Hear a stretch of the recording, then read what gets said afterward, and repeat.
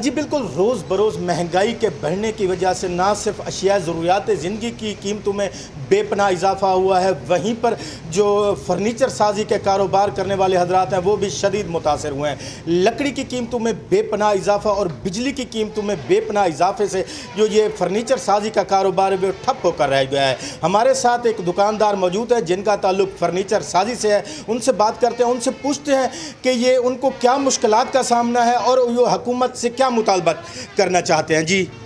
جی ہماری حکومت پاکستان سے اپیل ہے،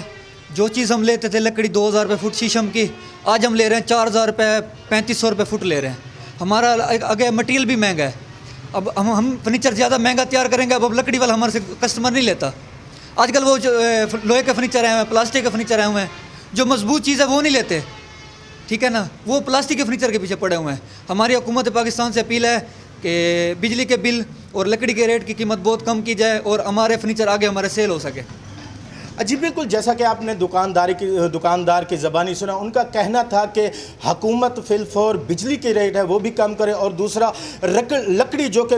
بے پناہ مہنگی ہو گئی ہے اس کے ریٹ بھی کم کرے، تاکہ یہ جو فرنیچر ہے یہ غریب آدمی بھی خرید سکے اور وہ اپنے فرض ہیں وہ ادا کر سکیں۔